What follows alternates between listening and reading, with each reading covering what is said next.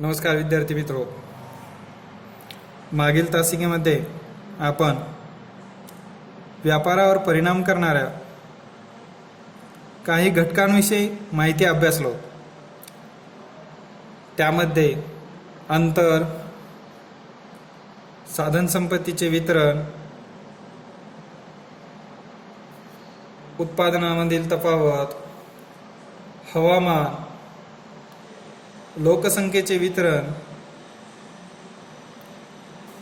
औद्योगिक विकासाचे स्वरूप या घटकांविषयी आपण माहिती अभ्यासलो. यानंतर त्या घटकांचा अभ्यास आपण पाहणार आहोत. यानंतरचा घटक आहे गुंतवणूक. व्यापारासाठी उत्तम बंदरे, आधुनिक जहाजे, संदेशवहनाची आधुनिक साधने इत्यादी पायाभूत सुविधांची आवश्यकता असते.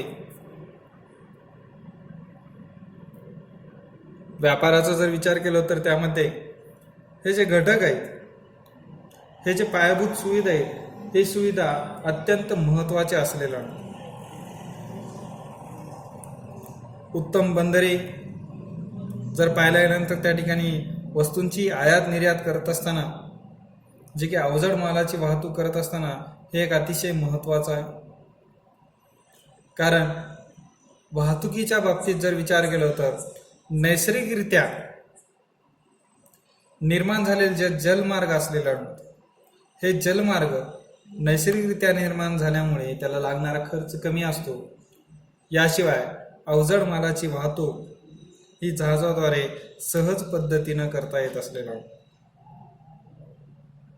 त्याला लागणारा खर्चही वाहतुकीसाठी कमी असलेला म्हणून हे अतिशय उपयुक्त असलेला होतं. तसेच संदेशवहनाचे जर विचार केलो तर हे घटकाचा विषय आपण माहिती पुढे पाहणारच आहोत. या सुविधा पुरवण्यासाठी गुंतवणुकीची गरज असते. जेथे अशी गुंतवणूक होते त्या देशाची व्यापार वृद्धी जलद होते. ज्या ज्या प्रदेशामध्ये व्यापार स्थापन झालेला होतात अशा प्रदेशामध्ये उत्तम बंदरे, आधुनिक जहाजे, तसेच संदेशवहनाची सेवा सुविधा हे काय उपलब्ध असलेला आणून देतात. ज्या प्रदेशामध्ये या सेवा सुविधा उपलब्ध असलेल्या नंतर अशाच प्रदेशामध्ये व्यापाराची वृद्धी जलद गतीने होत असलेला होतो. ज्या प्रदेशामध्ये या पायाभूत सुविधा उपलब्ध नसलेल्या होतात त्या प्रदेशामध्ये व्यापाराची वाढ किंवा वृद्धी होत नसलेला होतो आणि त्याचाच परिणाम त्या देशाच्या आर्थिक स्थितीवरती होत असलेला. त्यानंतरचा घटक आहे संदेशवहन. व्यापारात मागणी आणि पुरवठा या दोन गोष्टींना एकत्रित आणण्यासाठी जलद संदेशवहनाची गरज असते. बाजारपेठेजवळ अद्ययावत माहिती मिळवण्यासाठी तसेच वेळेची बचत होण्यासाठी आधुनिक संदेशवहन व्यापारावर परिणाम करतो. संदेशवहनाच्या बाबतीत जर विचार केला तर व्यापारासाठी संदेशवहन हे एक अतिशय पायाभूत सुविधा असलेला आणि हे आधुनिक पद्धत असलेला. या संदेशवहनाच्या माध्यमातून आपण जर पाहिल्यानंतर त्या ठिकाणी ग्राहक उपयोगी वस्तू असेल किंवा इतर कोणतीही वस्तू असेल त्या वस्तूंची मागणी याच्या मार्फत म्हणजे संदेशवहनाच्या मार्फत जलद गतीने होत असलेला. एवढेच नव्हे, विविध बाजारपेठांविषयी माहिती आपल्याला उपलब्ध होत असलेला आणि यातूनच आपण त्या ठिकाणी व्यापार अधिक विकसित होत असलेला. उदाहरणार्थ यामध्ये सांगायचं असेल तर त्या ठिकाणी सद्यस्थितीला जर विचार केला तर ऑनलाईन शॉपिंग पद्धत जे आहे या पद्धतीचा जर विचार केला तर त्या ठिकाणी संदेशवहनाच्या माध्यमातूनच आपण हे ऑनलाईन शॉपिंग पद्धतीचा अवलंब केला जात असलेला नाही. आणि त्यातूनच जर पाहिल्यानंतर जे की व्यापारामध्ये ज्या वस्तूला मागणी आहे आणि त्याचाच पुरवठा करण्याचं काम याच्यातून केला जात असलेला नाही. एखादी वस्तू तुम्ही ऑनलाईनमध्ये खरेदी केली असता ते तुमच्यापर्यंत पोहोचवण्याचं काम या संदेशवहनाच्या माध्यमातून होत असलेलं आहे. अशा स्वरूपातून जे की संदेशवहन हे व्यापारातील अतिशय महत्त्वाची आणि योग्य अशी सुविधा असलेली आहे. यानंतर आहे शासकीय धोरणे. प्रत्येक देशाचे आयात निर्यात संदर्भात एक धोरण असते. या धोरणानुसार काही वस्तूंच्या व्यापारावर निर्बंध असतात तर काही वस्तूंच्या व्यापारासाठी विशेष प्रोत्साहन दिले जात असलेलं. देशाचा जर विचार केला तर काही देशांमध्ये आयात आणि निर्यात एखादी वस्तू करत असताना या संदर्भात विविध धोरणं असलेली आहेत आणि त्या धोरणावरूनच काही वस्तूवरती व्यापारासाठी निर्बंध असलेला म्हणतात आणि काही वस्तूला व्यापारासाठी विशेष प्रोत्साहन दिले जात असलेलं आहे. शासकीय धोरणाप्रमाणेच जगातील इतर देशांशी असणारा राजकीय संबंधाचाही परिणाम व्यापारावरती होतो. भारत व चीन यामधील तणावाच्या पार्श्वभूमीवर या दोन देशातील व्यापारावर परिणाम होऊ शकतो. याउलट भारत, रशिया, अमेरिका व युरोपीय देशांचे राजकीय संबंध विश्वासाचे आहेत आणि त्याचाच परिणाम त्याच्या व्यापारावरती होत असलेला आहे. या दोन्ही बाबतीत जर विचार केला हे शासकीय धोरण किंवा राजकीय संबंध हे आपल्याला दर्शवण्यात आलेले आहे. काही प्रदेशाच्या तुलनेने जर विचार केला काही वस्तूंना जे काही पदार्थ असतील किंवा वस्तू असतील त्याच्यावरती निर्बंध असलेला म्हणतो आणि त्याची आयात करत नसलेला म्हणतो एखादा देश, तर काही देशामध्ये त्या वस्तूंना प्रोत्साहन देत असलेला आणि त्यानुसार त्याची व्यापार होत असलेला किंवा त्याची आयात करत असलेला होता. अशा स्वरूपातून जे की शासकीय धोरणे आणि राजकीय संबंधाचा परिणाम त्या ठिकाणी व्यापारावरती होतो. सद्यस्थितीला जर विचार केला तर त्या ठिकाणी भारत चीन हे जे पेच प्रसंग चालू होता पाठीमागे, या पेच प्रसंगाच्या वेळी चीनमध्ये उत्पादित करणारे जे माल आहेत किंवा चीनमध्ये उत्पादित होणारे जे वस्तू आहेत त्याची निर्यात चीन भारतामध्ये करत असलेला होतो. परंतु ज्यावेळी हे पेच प्रसंग निर्माण झाले किंवा ताणतणाव निर्माण झालं, हे ताणतणाव निर्माणाच्या वेळी भारतामध्ये काही चीनी वस्तूवरती निर्बंध लागू केले, त्यावेळेस त्याचाच परिणाम या चीनमधील आर्थिक स्थितीवरती झालेला आहे.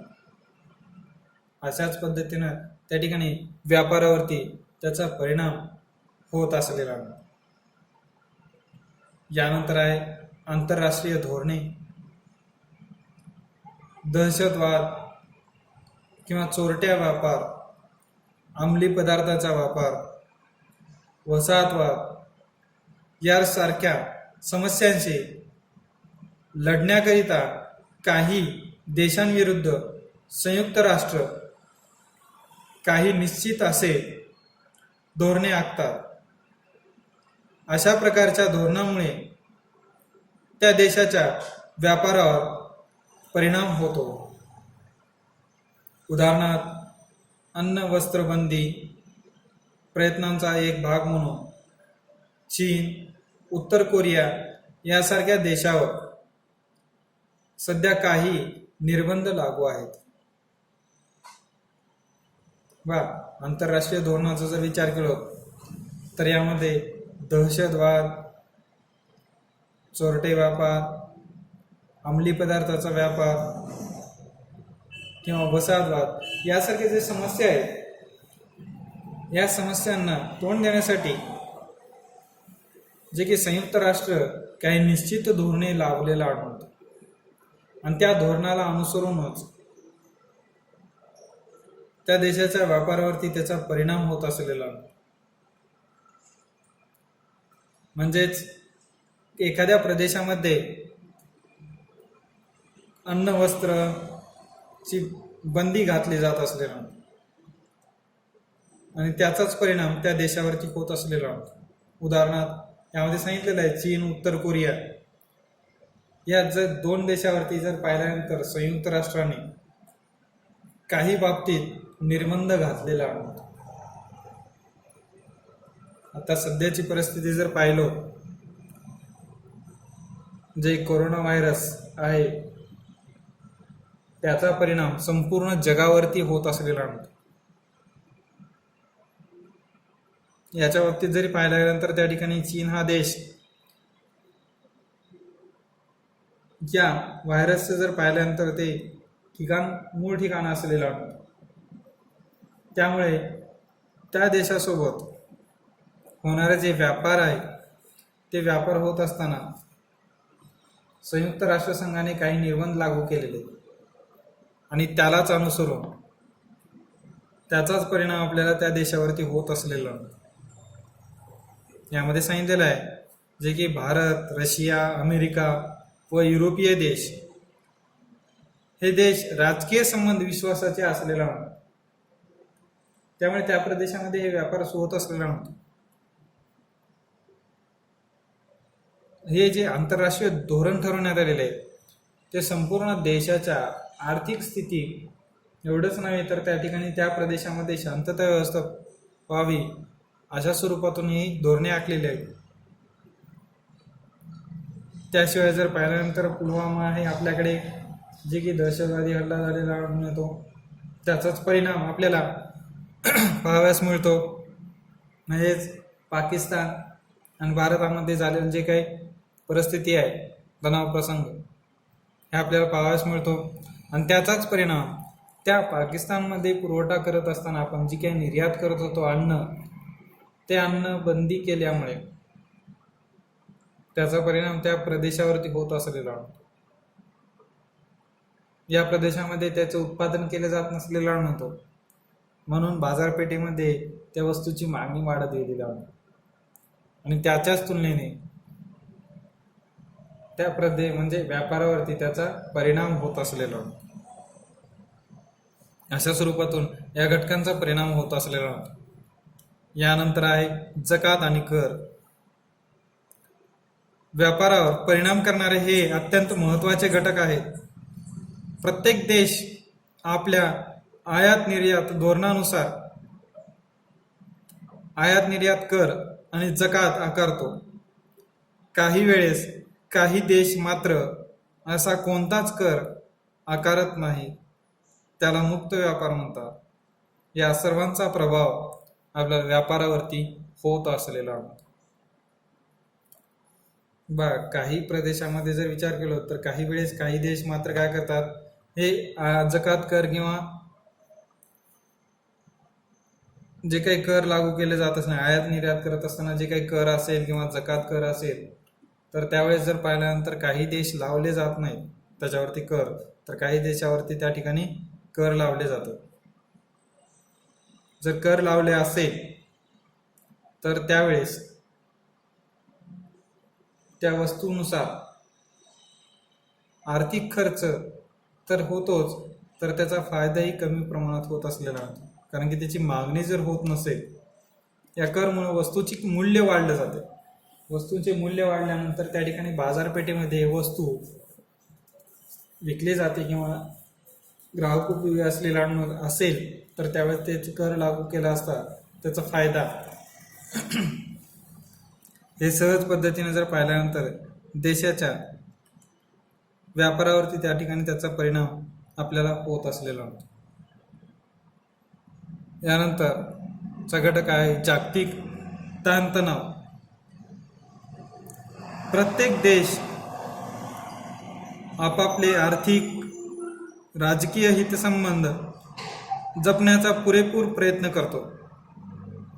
त्यामुळे विविध सैद्धांतिक मुद्द्यावर जगातील देशाचे दूरीकरण किंवा पुनर्रचनात्मक ध्रुवीकरण सतत होत असते. याचाच परिणाम म्हणून जगात अनेक गटतट निर्माण होतात आणि या गटातील सुप्त संघर्षाचा व्यापारावर परिणाम होतो. उदाहरणार्थ जागतिक व्यापार परिषदामध्ये कृषी क्षेत्रावरील विकसित देशाकडून दिले जाणारे अनुदान हा वादाचा मुद्दा आहे.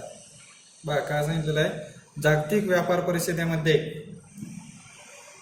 कृषी क्षेत्रावरील विकसित देशाकडून दिले जाणारे जे अनुदान आहे हे एक अतिशय वादाचा मुद्दा असलेला नव्हता. म्हणजे या प्रदेशामध्ये जर विचार केला तर त्या ठिकाणी जे की कृषी क्षेत्रातील जे उत्पादित होणारे जे वस्तू आहेत त्या वस्तूच्या तुलनेने दिले जाणारे जे अनुदान आहे त्यालाच अनुसरून जर पाहिल्यानंतर ते अनुदान कमी स्वरूपाचं असलेलं नव्हतं. त्यामुळे हे वादाचे प्रश्न निर्माण झालेला होता आणि त्याचाच परिणाम आपल्याला जे की व्यापारावरती होत असलेला होता.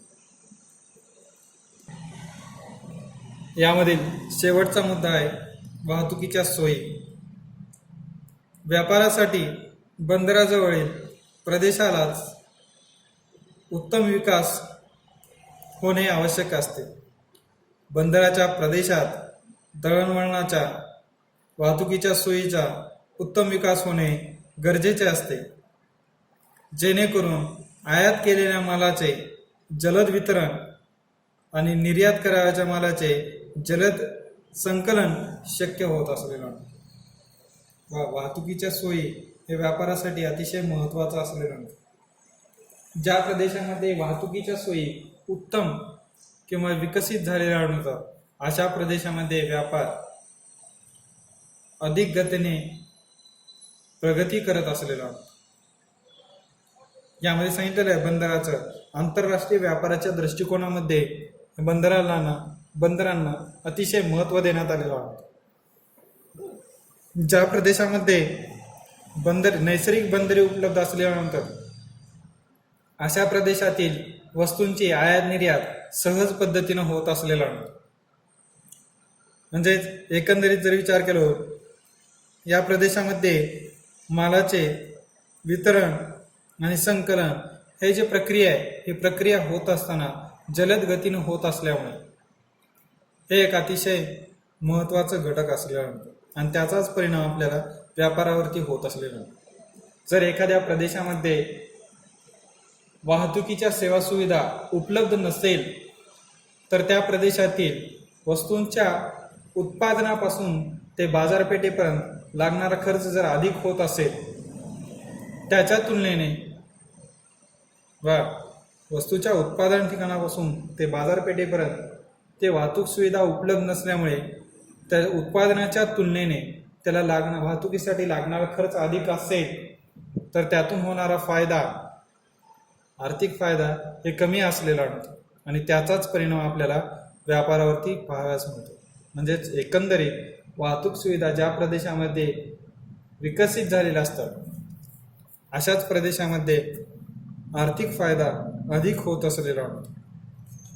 अशा तऱ्हेने जे की व्यापारावरती परिणाम करणाऱ्या घटकांचा अभ्यास आपण पाहिला आहोत. धन्यवाद.